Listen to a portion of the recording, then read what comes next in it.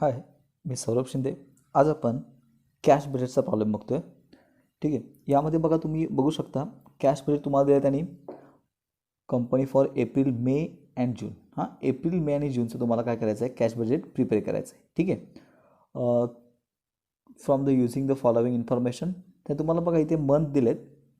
ठीक आहे. आणि सेल्स, परचेस, वेजेस आणि एक्सपेन्सेस दिलेत. बघा, मंथ तुम्हाला जानेवारीपासून ते त्यांनी जूनपर्यंत दिलेत. म्हणजे जानेवारी, फेब्रुवारी, मार्च, एप्रिल, मे आणि जून. बघा, हे ॲक्च्युअल आहे. जानेवारी, फेब्रुवारी, मार्चचे ॲक्च्युअल आहेत आणि हे जे 3 तुम्हाला प्रिपेअर करायचे आहेत, एप्रिल, मे आणि जून, हे बजेट डेट आहेत. म्हणजे एक अंदाजे तुम्ही प्रिपेअर करताय. ठीक आहे. बघा, इन्फॉर्मेशन दिले, त्यानुसार सेल्स तुम्हाला दिलेत, परचेस दिले, वेजेस आणि एक्सपेन्सेस दिलेत. आणि खाली बघा, यू आर फर्दर इन्फॉर्मेशनमध्ये तुम्हाला 10% of purchase and 20% of sales are for cash असे इन्फॉर्मेशन दिलं. आता हे सगळं कसं काय करायचं हे आपण सगळं बघूया. ठीक आहे. फर्स्टली बघा, तुम्ही बघू शकता ह्या क्वेश्चनमध्ये तुम्हाला याचा फर्स्ट ॲडजस्टमेंटचा अर्थ काय होणार, 10% परचेस. म्हणजे जे काही परचेस आहेत ते 10% कसं आहे, कॅश आहे. कॅश परचेस किंवा कॅश सेल्सचा मिनिंग काय होतो, ते तुम्ही परचेस केलास त्याच महिन्याला तुम्हाला, म्हणजे त्याच दिवशी तुम्हाला पैसे मिळाले. ठीक आहे. म्हणजे परचेस केलात त्याच दिवशी तुम्ही पैसे दिलात आणि सेल केलात त्याच दिवशी तुम्हाला पैसे मिळाले. ठीक आहे. कॅश सेल्स आणि परचेस सेल्सचा अर्थ होतो. पुढे तुम्हाला बी नंबरची ॲडजस्टमेंट जर बघितली तर तुम्हाला त्यांनी काय दिलं आहे, the average collection period of the company is half month. ठीक आहे. म्हणजेच काय, मला सांगा, इथे हाफ मंथचा पिरियड आहे. कशासाठी, average collection period. Collection period कोणासाठी असणार आहे बघा, कलेक्शन पिरियड म्हणजे पैसे तुम्ही गोळा करताय. कुणाकडून गोळा करणार, ज्याला सेल केलं त्याला, म्हणजे हे सेलवरती तुम्हाला हाफ मंथ पिरियड दिलं. आणि क्रेडिट परचेससाठी त्यांनी दिला आहे रेग्युलरली आफ्टर अ मंथ, 1 महिन्याचा पिरियड आहे. आता हे हाफ मंथ आहे, 1 मंथ आहे, कसं सॉल्व्ह करायचं मी तुम्हाला पुढे सांगतो. पुढे बघा, सी नंबर त्यांनी दिला आहे वेजेस पेड हाफ मंथ. वेजेसला हाफ मंथ दिलं आहे. रेंट तुम्हाला 500 इन्क्लुडिंग एक्सपेन्सेस पेड मंथली असं म्हटलं आहे. आणि कॅश बॅलन्स तुम्हाला बघा 1 एप्रिलचा दिला आहे 15,000. ठीक आहे. आणि त्यांनी लास्टला एक महत्त्वाचं दिलं आहे बघा, the company want to keep it on end of every below this figure every month below this figure, म्हणजे 15,000पेक्षा जर कमी असेल तर the excess cash being put in fix deposit. ठीक आहे. म्हणजे 15,000पेक्षा जर जास्त असेल तर काय करायचं तुम्हाला, ते फिक्स डिपॉझिट करायचे. ठीक आहे. बघूया आपण. तर तुम्ही आता व्यवस्थित जर बघितलं बघा, इथे फर्स्टली काय करायचं, सोल्युशनमध्ये जरा बघा इथे, म्हणजे तुम्हाला समजेल. ठीक आहे. दिसतंय सगळ्यांना. बघा इथे आता फर्स्टली तुम्हाला इथे बघा त्यांनी काय कॉलम कसे काढलेत. पहिलं कॅश बजेट, त्यामध्ये पर्टिक्युलर एप्रिल, मे आणि जून 3 त्यांनी विचारत नाही, एप्रिल आणि मे आणि जूनचं ते 3 तुम्ही कॉलम प्रिपेअर करून घेतला. त्यामध्ये रिसिप्ट फर्स्टली तुम्ही काय लिहिलात, रिसिप्ट. रिसिप्ट आणि पेमेंट असे 2 आपण लिहितो. ॲक्च्युली समजून घ्या, रिसिप्ट म्हणजे जे पैसे तुम्हाला मिळणार आहेत, येणार आहेत, ते रिसिप्ट साईडला येतात. आणि पेमेंट म्हणजे जेवढे पैसे तुमच्याकडून जाणार आहेत ते सगळे पेमेंटला लिहायचे असतात. ठीक आहे. बघूया आपण. रिसिप्टमध्ये पहिलंच काय लिहायचं, तो ओपनिंग बॅलन्स लिहायचा. तर हा ओपनिंग बॅलन्स जर तुम्हाला बघा फर्स्ट इथेच दिला आहे बघा, किती दिला ओपनिंग बॅलन्स, लास्ट ॲडजस्टमेंटमध्ये डीमध्ये दिला बघा तुम्हाला 15,000 दिला आहे. ठीक आहे. तो आपण इथे लिहून घेतला 15,000. ठीक आहे. समजलं इथपर्यंत. 15,000 ओपनिंग बॅलन्स कुठून आला. दुसरी गोष्ट तुम्हाला आता तिथं बघितलं रिसिप्टमध्ये पैसे येणार असं एकच आहे, ते म्हणजे सेल्स. कारण परचेस, वेजेस, एक्सपेन्सेस म्हणून तो पैसे जाणारच आहेत, म्हणजे सेल्स हे पैसे येणार आहेत. आता हे सेल्स पण कसं त्याने दिलं आहे की त्यातले 20% कॅश आहेत. मग काय करायचं, 20% काढायचे, ते कॅशमध्ये लिहायचे. आता हे कसं लिहायचं, तुम्हाला एप्रिलचं पाहिजे ना, एप्रिलचे 90,000 आहेत. 90,000वरती 20% काढा. मेचे दिलेत 85,000, त्यावरती 20% काढा. जूनचे दिलेत 80,000, त्यावरती 20% काढा. समजलं. हे कुठचे 20%, हे 20% दिले ना फॉर कॅश, हे 20% ह्यात 90, 85 आणि 80वर काढा. जी येतील बघा ती अमाऊंट तुम्हाला इथे बघा, इथे लिहायचे firstly. Cash from debtors, cash from debtors. 90वरती 20% येतं 18,000. पुन्हा पुढे बघा तुम्हाला त्याने दिले ना 85वरती 17,000 आणि 80वरती तुम्हाला इथे येईल बघा किती, 16,000.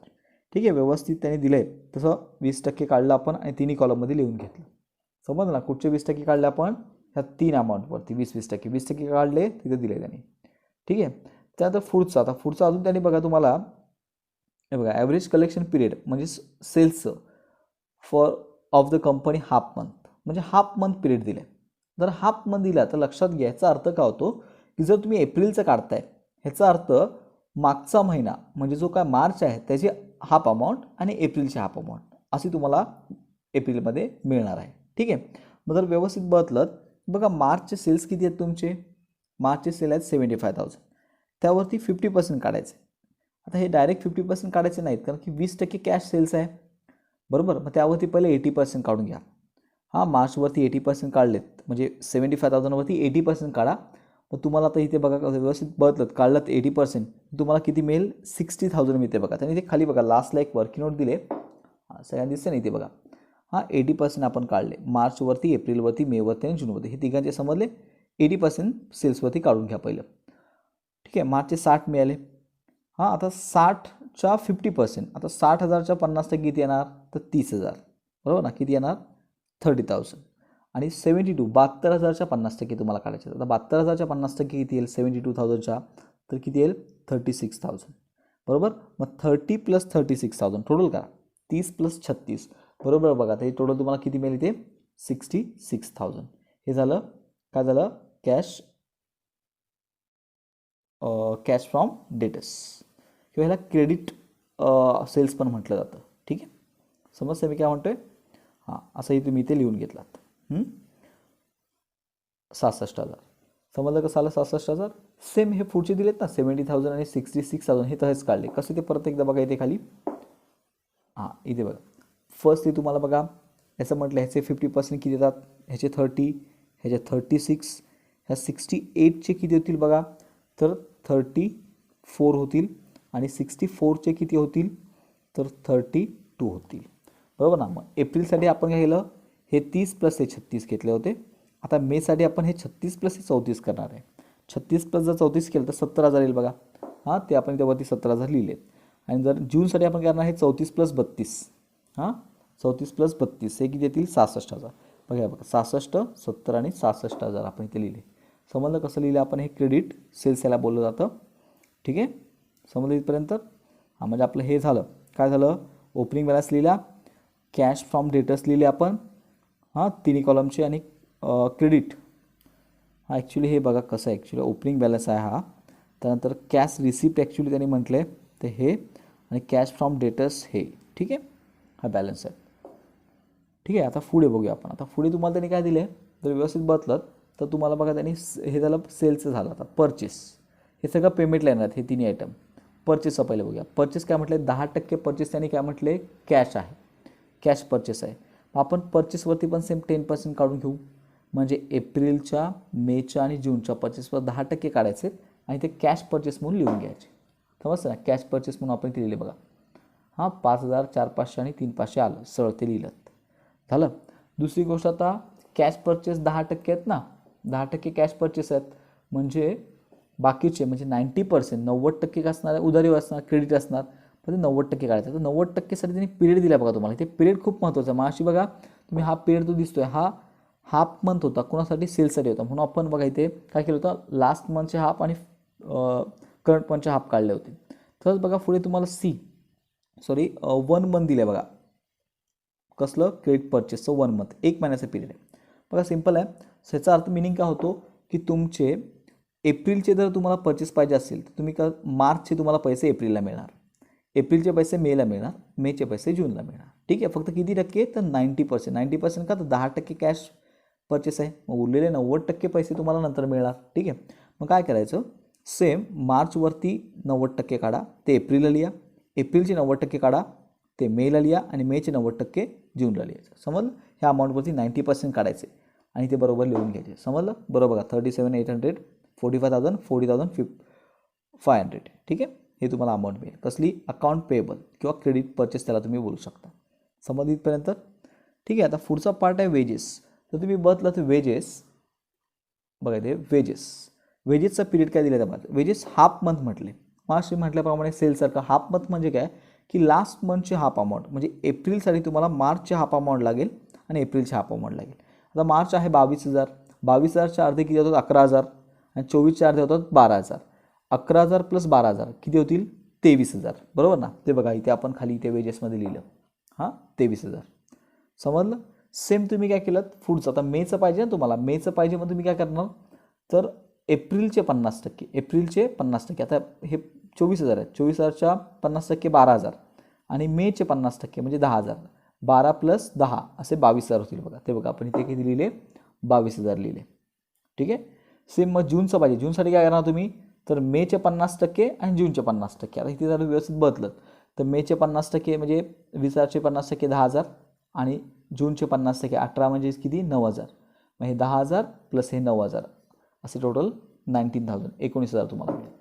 समजते कसं आहे, खूप इझी आहे. लक्षात घ्या. हाफ मंथ म्हटलं की लास्ट मंथचे हाफ मंथ म्हणजे एप्रिलचं पाहिजे असेल तर मार्चचे हाफ आणि एप्रिलचे हाफ असे टोटल करून इथे लिहायचे असते. ठीक आहे.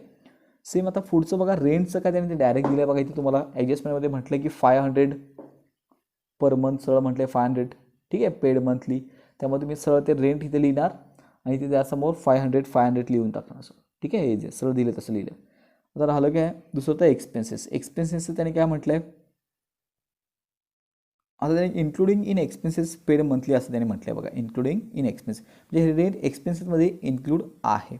ठीक आहे. मग आता हे एक्सपेन्सेस तुमचे उरलेले आता बघा ना, इथे 7,000 6,000 तुम्ही बघू शकता क्वेश्चनमध्ये 7,000 6,000 5,000 आहेत. त्यातून फक्त 500 मायनस करा. हां, आणि ते लिहून घ्या बघा. इथे आपण लिहून घेतलं मंथली त्याने दिले ना 6,500 5,500 4,500. फक्त 500 मायनस करून वेगळे लिहिले, रेंट वेगळं लिहिलं आणि बाकीचे उरलेले एक्सपेन्सेस वेगळे लिहिले. ठीक आहे. इथपर्यंत समजलं सगळं कसे अमाऊंट लिहिल्या. फायनली काय करायची, टोटल करायची याची. 1 एप्रिलची पहिली टोटल करायची 99,000 येते बघा. पुन्हा सेम एक्सपेन्सेस म्हणजे पेमेंटची साईडची टोटल केली आपण, ती आली 72,800. 99,000मधून 72,800 लेस करा. मग तुम्हाला इथे बघा 26,200 हां 26,200 सरप्लस मिळतो आहे. सरप्लस मिळाला. आता सरप्लस मिळाल्यानंतर तुम्ही काय केलं, लेस. आता तुमचं इकडे किती ट्रान्सफर करायचं तुम्हाला, तर 15,000. त्याने म्हटलं ना एवढा मिनिमम बॅलन्स ठेवून द्या 15,000. जर जास्त असतील त्यापेक्षा तर फिक्स डिपॉझिट करा. बरोबर 26,200 आहेत. आता इथे तुम्ही राऊंड फिगर जरी घेतली असती तरी चालले असते. डायरेक्ट 15 म्हणून ते एक्स्ट्रा वरचे अमाऊंट आहेत 15,200. हे तुम्ही काय करताय तर बॅलन्स सी डी पुढे काढताय आणि 11,000 डिपॉझिट करताय. मी काय बोलतोय समजते ना. बघा ना 26,200 अमाऊंट आली आहे. तुम्हाला त्यांनी काय सांगितलं 15,000पर्यंत ठेवून द्या आणि बाकी एक्स्ट्रा वरचे जे काही पैसे असतील ते तुम्ही काय करायचे आहेत फिक्स डिपॉझिटला ट्रान्सफर करा. ठीक आहे. मग त्याने केलं 26,200मधले 11,000 राऊंड फिगर फिक्स डिपॉझिट केली आणि उरलेले 15,200 त्यांनी नेक्स्ट मंथला ट्रान्सफर केले. ठीक आहे. म्हणजे बघा हे 15,200 आपण इथे घेतले, सेम टोटल केली, मायनस केलं 24,700 मिळाले. आता इथे जास्त किती होतात पैसे, तर जवळपास 10,000 जास्त आहेत. त्यांनी 15,000च्या आसपास त्यांनी म्हटलं 15,000 मेंटेन ठेवायला सांगितलं. ठीक आहे. त्याने मग 14,700 इथे ठेवली. इथे तुम्ही 15,000 एक्झॅक्टली 15,000 ठेवले असते तरी चालले असते इथे आणि इथे तरी चालेल. सरळ 15,000. मग एक्स्ट्रा जी अमाऊंट येईल ती सरळ फिक्स डिपॉझिटला लिहायची. ठीक आहे. पुन्हा सेम इथे ट्रान्सफर केले, सेम 28,700 येतात. मग एक्स्ट्रा वरचे जे काय आहेत ते आपण फिक्स डिपॉझिट लिहिले, बाकीचे इथे 15,000 खाली लिहिले. ठीक आहे. इथे 14,700 लिहिलेत, तुम्ही 15,000 लिहिलेत आणि इथे जो काय फरक असेल तो इथे लिहिला असतात तरी चाललं असतं. ठीक आहे. समजलं कसं सॉल्व केलं आहे. काय डाऊट्स असतील तर तुम्ही मला विचारू शकता, कमेंट बॉक्समध्ये विचारा, मी नक्की तुम्हाला सांगेन. थँक्यू.